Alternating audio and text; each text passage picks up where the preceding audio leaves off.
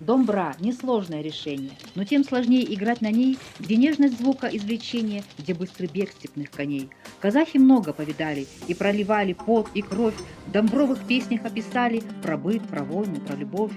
И в песнях этих, как по книге, прочтешь, чем жил степной народ. И то, что раньше ты не видел, домбра сама тебе споет. Степной ковыль и свежий ветер, стада пасущихся овец, земли прекрасней на планете не сотворил еще Творец. Домбра, домбра, твое звучание, как запах цвета от земли, в ней радость жизни и страдания, в ней чаша полная любви. Не умолкай, пусть в жизни вечной летит над степью песнь твоя, в которой будут бесконечно звучать слова «Земля моя».